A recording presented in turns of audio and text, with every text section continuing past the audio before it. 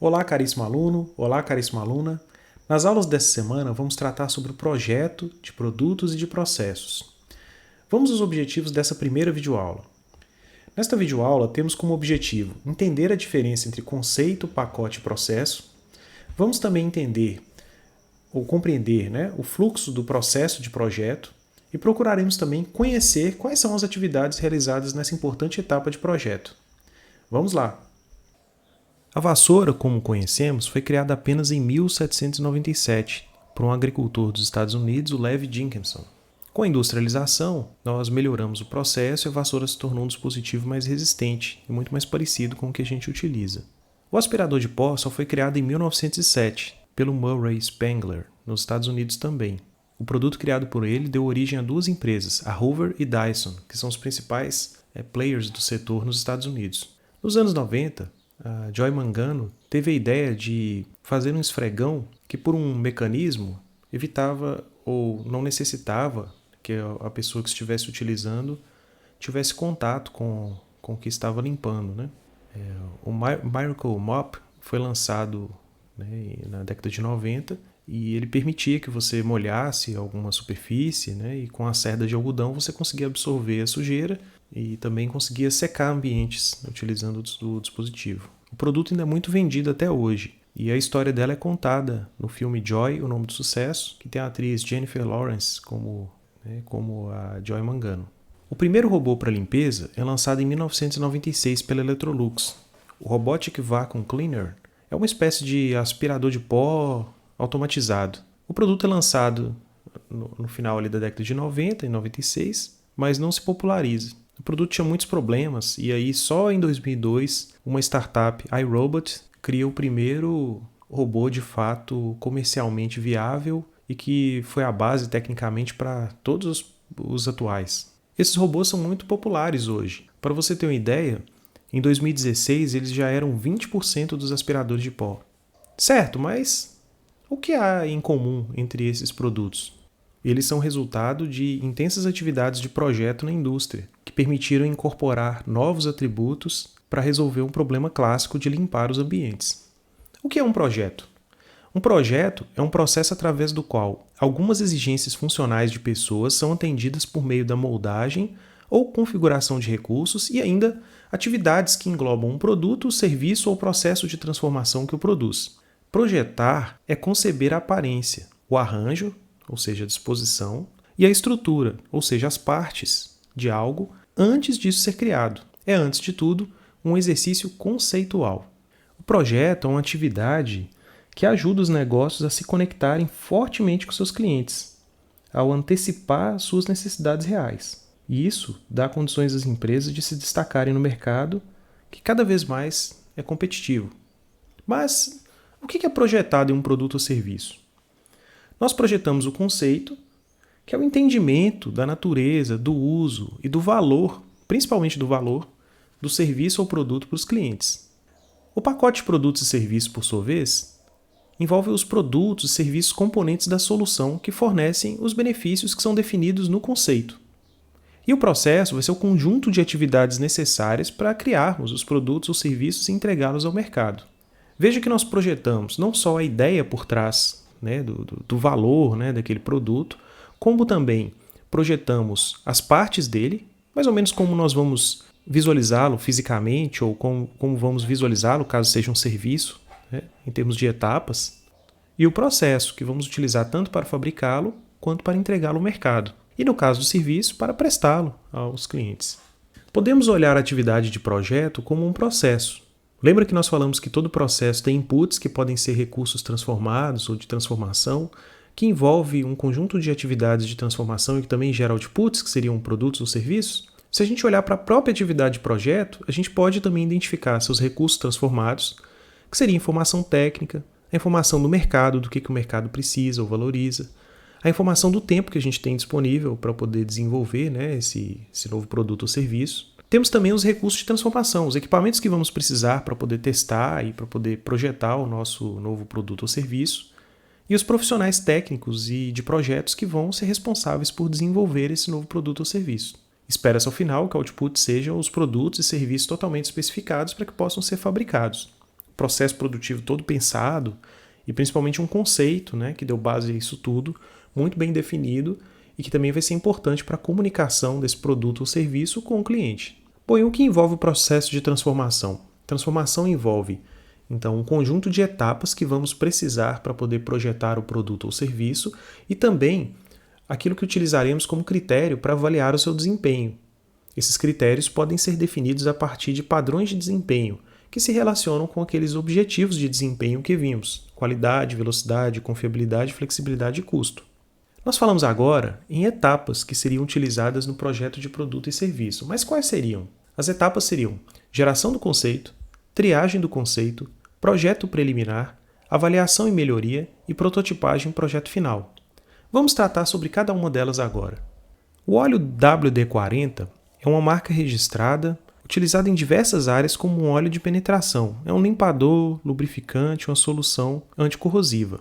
Ele foi desenvolvido por Norm Larsen em 1953. O produto passou a ser usado como um eliminador de água anticorrosiva em circuitos elétricos. E é interessante que o plano original era utilizar o produto para manutenção e conservação de mísseis da NASA e na fuselagem de aviões, né?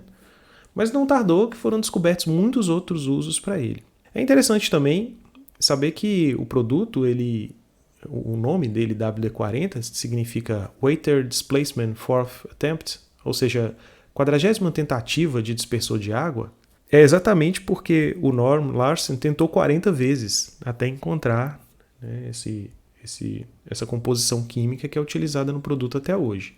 Gerar um conceito e depois desenvolver o produto é, portanto, atividade complexa. Portanto, muitas vezes para criar um produto vai haver um grande esforço de pesquisa e desenvolvimento e muitas vezes a ideia, o conceito original pode mudar ao longo do processo, como vimos nesse caso do óleo WD-40. Vimos que o óleo que era pensado originalmente apenas para o uso em aeronaves e dispositivos da NASA se tornou um óleo utilizado em diversas aplicações. De onde virão, portanto, as ideias para poder gerar esse conceito? Elas podem vir de clientes ou de concorrentes, que são fontes fora da organização, ou elas podem vir também de fontes da própria organização, como os funcionários, por exemplo, os vendedores ou o pessoal de linha de frente, e o pessoal também do departamento de pesquisa e desenvolvimento. No que se refere às ideias de clientes, podem ser usados grupo foco. Os clientes podem também, eles mesmos, a gente pode abrir canais, né, para que os clientes comuniquem a forma como eles utilizam.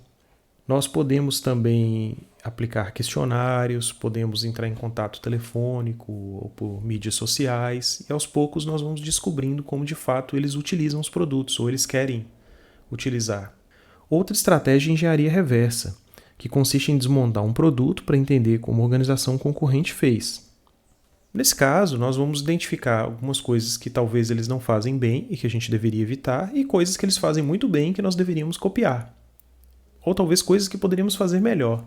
É uma tática muito utilizada pela indústria também para descobrir e desenvolver conceitos. Outra fonte são as ideias geradas pela área de pesquisa e desenvolvimento. O setor, ao pesquisar conceitos talvez até de outros produtos ou serviços, podem criar inclusive conceitos novos a partir das suas atividades científicas de pesquisa e desenvolvimento. Outra modalidade também de geração de conceitos é a inovação aberta, ou Open Innovation. Nesse caso, a empresa se abre para o ambiente, seja por meio de convênios com universidades, seja por criar canais de contato com clientes e com a comunidade externa, e ela participa de um ecossistema onde existe contribuição acadêmica, existe contribuição de clientes, existe contribuição de concorrentes e todos ganham juntos. A indústria farmacêutica faz isso muito. Ela desenvolve pesquisas em parceria com as universidades e eles desenvolvem, por exemplo, novos remédios por meio da pesquisa juntamente com ambas. Frequentemente, os laboratórios financiam pesquisas de universidades e quando o produto é desenvolvido, elas compartilham a patente. Existem várias iniciativas desse tipo, por exemplo, no Brasil. Outra estratégia também é o uso do brainstorming. A equipe se reúne, diversas ideias são lançadas e depois se discute o mérito dessas ideias, pelas técnicas de brainstorming que a gente já conhece. Uma vez que o conceito foi criado, nós precisamos agora partir para a triagem do conceito. A gente precisa avaliar o conceito conforme os critérios de projeto que foram definidos. Normalmente, a gente avalia pelo menos em 3 critérios: a viabilidade, a aceitabilidade e vulnerabilidade. A viabilidade se refere ao fato de nós podermos ou não realizar esse projeto. Nós temos tecnologia suficiente, nós temos equipamento, temos recursos financeiros, temos pessoal. A aceitabilidade. Nós queremos realmente realizar esse projeto? Nossos clientes realmente vão querer o produto? Será que essa opção vai dar um retorno financeiro realmente interessante para a gente? Outro critério também é a vulnerabilidade. Nós queremos correr o risco?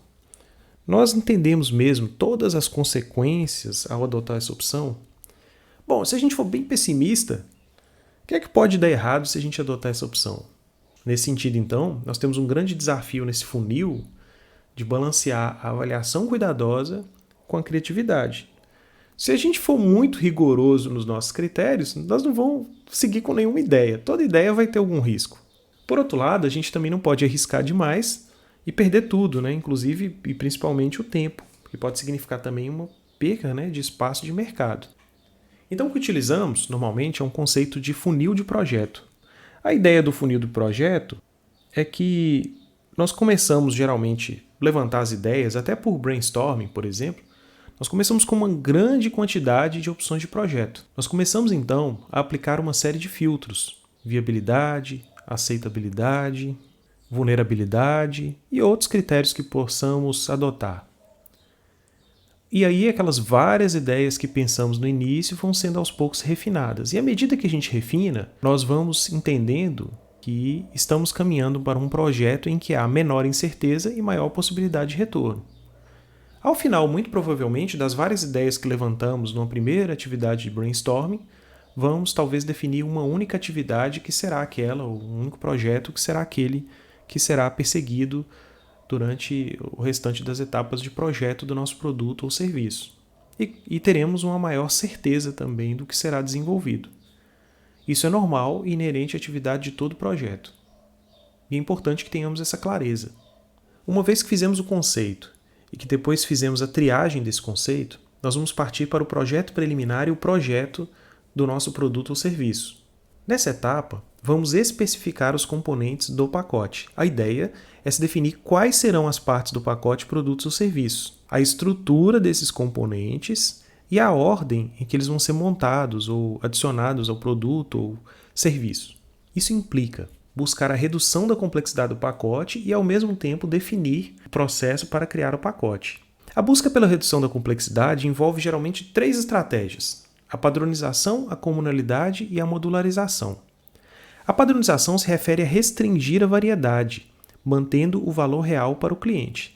Isso reduz os custos de produção, como vimos, habilita a produção a alcançar alto volume e a gente consegue também reduzir o custo, o que pode aumentar a percepção também de valor para o cliente.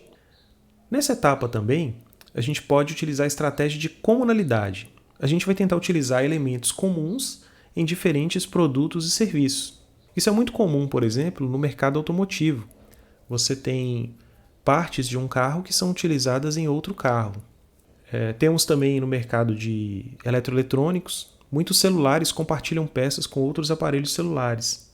Nas roupas também tem alguns componentes que são comuns e que são replicados de uma roupa ou de um modelo para outro modelo. É uma estratégia inteligente que aproveita equipamentos e matéria-prima e consegue gerar produtos diferentes para mercados diferentes e com isso reduz também o custo e a complexidade do processo. Complexidade é uma palavra que sempre tem a ver com quantidade de variáveis e não com dificuldade. Bom, por último temos a modularização. A modularização envolve projetar subcomponentes que possam ser agrupados de formas diferentes. A ideia da modularização, que é muito parecida com a de comunalidade, é de que a gente vai criar alguns blocos de elementos que podem ser combinados de maneiras diferentes entre os produtos. É um conceito utilizado, por exemplo, nos computadores. Bom, outra etapa, então, é a gente definir o processo e criar o pacote. A ideia é que a gente vai examinar as implicações em termos de qualidade e de restrições de custo para que a gente possa criar produtos e serviços. Falamos aqui que vamos especificar os componentes do pacote, as suas partes e também a sua estrutura e também a ordem. Na prática, geralmente vamos estruturar, no primeiro lugar, quais vão ser os componentes daquele produto. Veja esse exemplo em que vemos a estrutura de componentes de um mouse sem fio. O mouse sem fio poderia ser dividido na estrutura em 4 níveis. No nível 0, a gente tem o próprio mouse. No nível 1, nós poderíamos dividir o mouse em 4 partes, né, que vamos entregar. A parte superior do mouse, em alguns mouses ela é removível para você colocar pilha, né? A estrutura inferior, a unidade de controle e a embalagem do mouse, a caixinha mesmo. Então estamos olhando nesse nível a estrutura externa do aparelho. Bom, partindo para o segundo nível, nós teríamos a moldagem e o logotipo como partes da estrutura superior. A moldagem é aquela caixinha de plástico mesmo, e a caixa de bateria como partes da estrutura inferior. Teríamos o botão e a base do mouse como partes da unidade de controle, e teríamos aquela capa externa e o folheto explicativo como partes da embalagem. No último nível, nós teríamos o fio e o terminal como partes da moldagem, e no caso da base, nós teríamos o sensor de infravermelho e aquela cobertura que ele tem. Esse tipo de projeto precisa ser feito para a gente identificar as oportunidades de comunalidade, itens que nós podemos reutilizar em outros produtos, e também oportunidades de modularização, partes que nós podemos fabricar ou comprar de fornecedores já em bloco e que nós podemos reaproveitar em vários produtos. Ao final, precisaremos fazer uma avaliação e a melhoria do nosso próprio projeto.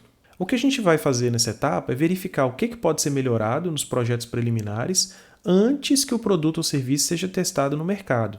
Existem 2 técnicas muito usadas, que é a técnica de desdobramento da função qualidade, ou Quality Function Deployment, QFD, né? Ou QFD, que a gente geralmente fala em português, que é muito utilizada e é decorrente do movimento da qualidade total também. E a técnica de engenharia de valor, ou Value Engineering, VA. Essa técnica decorre da área de projetos. E quanto à técnica QFD, a gente vai falar um pouco mais à frente, quando estivermos trabalhando a questão da qualidade dentro do projeto. E a gente analisa melhor a ferramenta. Bom, passamos então à etapa seguinte. O projeto passou pelo projeto preliminar e agora temos um projeto definitivo. A gente precisa agora elaborar um protótipo e fazer o projeto final. Então, a prototipagem é aquela etapa em que nós vamos transformar o projeto melhorado em um protótipo que tenha condição de ser testado mesmo. Então, nós temos 2 possibilidades. Fazemos um protótipo de produtos e fazemos protótipos de serviços. Os protótipos de produtos geralmente são feitos com modelos de argila, réplicas dos produtos, feitas talvez em um material mais facilmente moldável, e técnicas mais sofisticadas que utilizam simulação no computador. Aí nós temos os softwares CAD e os softwares CAM, que vão dar apoio nesse tipo de atividade. No caso de projeto de serviços, como a gente está projetando um conjunto de atividades e não um produto com partes, nós podemos utilizar também testes piloto, podemos simular aquela situação daquele serviço com clientes reais ou, primeiro, um nível de simulação mais interna, com funcionários mesmo da empresa, e podemos também fazer a simulação computacional, e aí podemos utilizar softwares próprios dedicados a isso, ou então softwares de uso geral, conhecido como BPMNS, né? Softwares para uso da notação BPMN, softwares de gestão de processos. Se você estiver curioso para ver como funcionam esses softwares CAD, CAM e BPMN, eu deixei uns links para vocês aqui no vídeo, e vocês têm acesso aos slides, né? Tem esse vídeo interessante do produto Autodesk CFD, que permite simular diversas situações nos projetos de produtos em engenharia. Nessa situação aqui, por exemplo, estamos vendo uma tubulação e a gente consegue ver como que o fluxo da água pressiona determinadas partes da tubulação. Aqui, no caso, a gente tem velocidade e pressão, né? E como que isso afeta as áreas da estrutura desse material. Você consegue configurar qual material que é, você desenha com precisão o produto e aí você simula a passagem de líquidos ou de gases, né, por aquele produto e garante que o produto de fato vai atender aos requisitos que foram especificados. Deixei aqui também o link para o Visage, que é um software voltado para a área de BPM e que permite você fazer simulações dos processos, não apenas o mapeamento. Você consegue com ele detectar possíveis falhas no processo, consegue definir o tempo que demoraria para aquele processo ser executado e consegue também promover melhorias a partir de simulações que você pode fazer. Veja um vídeo para entender melhor e visualizar como que é feito. Certo. E como é que a gente pode acelerar todas essas etapas de projeto que a gente viu? Para a gente conseguir reduzir esse tempo até o lançamento, que é chamado de time to market, ou seja, o tempo entre a ideia do conceito até chegar ao produto pronto para ser lançado no mercado, passar por todas aquelas etapas que a gente viu, existem algumas recomendações. O Slack vai dar para a gente algumas ideias. Uma delas é a gente utilizar o projeto interativo. A gente faz o projeto dos produtos ou serviços ao mesmo tempo em que a gente projeta os processos. Ao invés de fazer as atividades sequencialmente, a gente faz elas simultaneamente. E aí as contribuições de uma etapa para outra vão enriquecendo o processo de projeto e ele anda mais rápido. Normalmente, desenvolver o projeto no menor tempo possível é uma boa ideia. Por exemplo, se uma empresa leva 5 anos para desenvolver um novo produto, desde o conceito até o lançamento, e uma concorrente consegue fazer isso em 3 anos, significa que o concorrente vai ter a vantagem de sempre lançar um produto antes e não precisa fazer tantos ajustes radicais à frente, porque ele vai estar sempre à frente do concorrente. O concorrente vai ter que modificar com maior frequência. Se o processo também leva mais tempo que esperado, você pode ter 2 efeitos. O primeiro é que os custos de desenvolvimento aumentam muito. Quanto mais tempo demora para desenvolver, mais vamos ter que gastar com projetistas, técnicos, fornecedores, cancelar alguma ideia, começar de novo. E talvez mais grave que pode acontecer é o lançamento tardio do produto ou serviço, atrasar a receita com a venda ou até o interesse do mercado e você não ter um bom efeito, esperado desse produto ou serviço no fluxo de caixa da companhia, diminuir o retorno que a gente tem com a atividade. Então a gente precisa acelerar o projeto. Para ajudar nisso, a gente pode usar 3 estratégias. Fazer o desenvolvimento simultâneo de várias etapas no processo global. O que a gente vai perceber é que geralmente há pouca necessidade de você esperar até a conclusão absoluta de uma etapa antes de iniciar a próxima. Você pode, ao invés de adotar um arranjo sequencial, você faz a primeira etapa, só na hora que ela estiver pronta você começa a segunda, só na hora que ela estiver pronta você começa a terceira. Você faz um arranjo simultâneo. Você começa a primeira etapa, num certo estágio de andamento dela você já começa a segunda, num certo estágio de andamento dela você já começa a terceira, e elas vão se retroalimentando também, e o processo acaba sendo mais produtivo.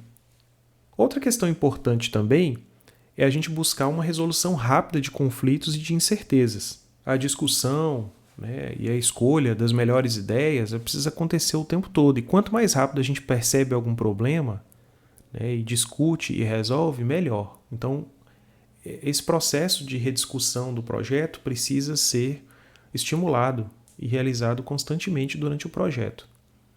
Finalmente, devemos adotar uma estrutura organizacional que reflita de fato o projeto de desenvolvimento. E aí, na teoria de organização, nós temos a discussão sobre o tipo de organização que é matricial.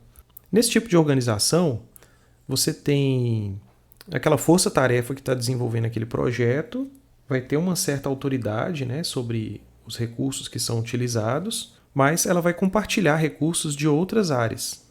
Ou seja, funcionários que podem estar trabalhando ou não em tempo integral no projeto, provavelmente serão funcionários de outras áreas. E eles vão ter 2 chefes, o chefe da área dele e o chefe daquele projeto em que ele está trabalhando, onde ele é talvez responsável pelo projeto de desenvolvimento de um determinado produto. Talvez essa seja uma forma adequada e pode ser discutida para uso na organização. O importante é que a organização consiga encontrar um caminho para que ela torne o seu processo mais ágil e o mais eficiente possível. Olá! Esperamos que ao final dessa videoaula tenha ficado clara para você a diferença entre conceito, pacote e processo, e que também você tenha entendido com clareza o fluxo das atividades de processo de projeto, bem como as atividades que são realizadas em cada etapa. Caso tenha dúvidas, entre em contato, estaremos à disposição para atendê-lo.